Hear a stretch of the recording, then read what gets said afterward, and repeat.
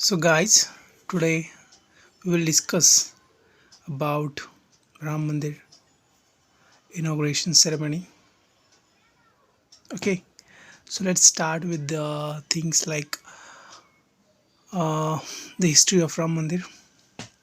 So, चलिए discuss करते हैं कि राम मंदिर के बारे में। हाल फिलहाल में प्रधानमंत्री नरेंद्र मोदी ने 2024 में, अभी 22 जनवरी 2024 में राम मंदिर की मूर्ति की और राम मंदिर का शिलान्यास किया, मूर्ति की प्राण प्रतिष्ठा और शिलान्यास किया। लेकिन अभी इस चीज़ के लिए 550 साल इंतज़ार करना पड़ा देश के उन तमाम हिंदुओं को जिनकी भगवान राम में आस्था है। सो जब राम मंदिर था अयोध्या में, तब 15 बाबर का जब आक्रमण हुआ, ये लगभग 1500 ईस्वी में हुआ था। तो 1500 या 1600 में लगभग 1526 में जब उसने दिल्ली पर कब्ज़ा किया, उसके बाद उसका 2-3 साल के अंदर अंदर ही जब उसने उत्तर भारत में अपना वर्चस्व बनाया, उसके बाद मीर बाकी नाम का उसका एक सेनापति था, एक सरदार था, उसने अयोध्या के ऊपर कब्ज़ा किया। और उसके बाद हमारे भगवान राम जी जिनका वहाँ मंदिर है, उस मंदिर को विध्वंस किया उस मंदिर का, और उसके ऊपर मस्जिद की स्थापना की। उसके बाद वहाँ मतलब एक प्रकार का मुस्लिम शासन ही था, मुस्लिम शासक ही वहाँ राज करते थे। बाबर के बाद शेरशाह सूरी वगैरह जो इस्लामिक शासक थे वहाँ शासन करते थे। तो वो मस्जिद वैसी ही बनी रही, वहाँ इस्लामिक पद्धति के तहत पूजा अर्चा चलती रही। उसके बाद जब मराठाओं का उत्तर भारत में वर्चस्व प्रस्तावित होने लगा, तब सवाई माधवराव के नेतृत्व में जब मराठा सेना 1772 के आसपास जब उत्तर भारत में फैलती रही, तो तकरीबन अवध के नवाब जिन्हें कहा जाता है, बाद में जो वो लखनऊ में शिफ्ट हो गए, लखनऊ में वहाँ से लखनऊ में आ गए। तो कहा जाता है कि जब मराठे उत्तर भारत में गए, तब उन्होंने उनके ऊपर मतलब जो अवध के नवाब हैं उनके ऊपर एक प्रकार का दबाव बनाया कि अवध की जगह आप किसी दूसरी जगह पर जाइए, क्योंकि अवध मीन्स अयोध्या है, वो हिंदुओं की एक आस्था का केंद्र है, तो आप वहाँ राजधानी ना बनाएं। तो इस प्रकार मराठों ने अयोध्या को एक प्रकार से इस्लामिक शासन के अंदर थोड़ा सा सुकून दिलाने की कोशिश की थी। उसके बाद जब अंग्रेज़ शासन आया देश में मराठों को हराकर, और बाद में 1857 के इसमें सबको पराजित करके एक प्रकार पूरा अंग्रेज़ों का वर्चस्व हिंदुस्तान के ऊपर था। बाद में भी ऐसा ही चलता रहा, उसके ऊपर बहुत सारे इश्यूज़ क्रिएट हुए। 1-2 बार अयोध्या में थोड़ी सी हिंदू और मुसलमानों के बीच दंगे भी हुए उस चीज़ को लेकर। बाद में ये मामला कोर्ट में चला गया। ये मामला कोर्ट में चलता ही रहा।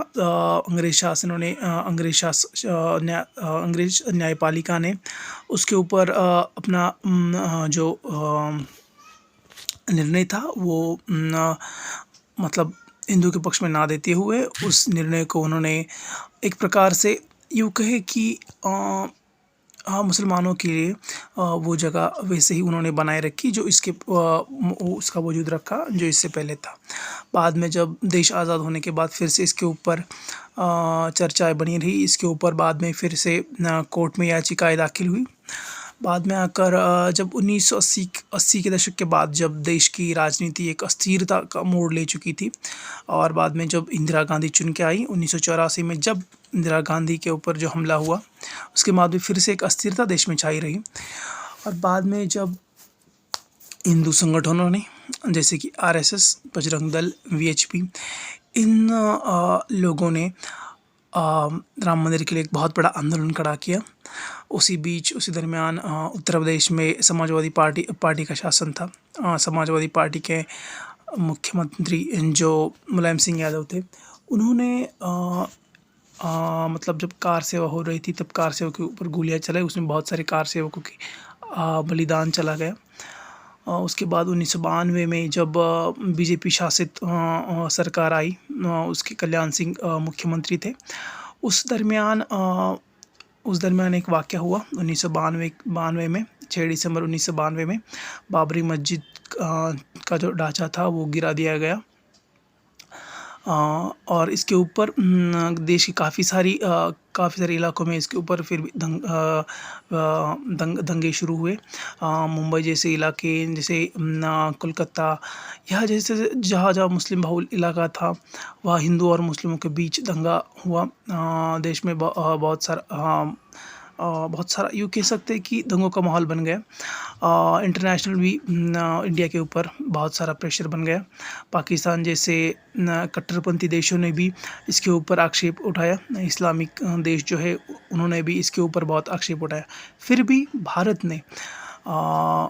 सरकार ने इसके ऊपर, क्योंकि 1992-91 के जो इलेक्शंस थे उसमें कांग्रेस को कम सीटें मिली थी, तो उसके तहत कांग्रेस ने इस मुद्दे को ज़्यादा तूल ना देते हुए, क्योंकि यहाँ हिंदू को नाराज़ होना भी लग रहा था, तो उन्होंने इस मुद्दे को तूल ना देते हुए इस मुद्दे को कोर्ट में ले गए।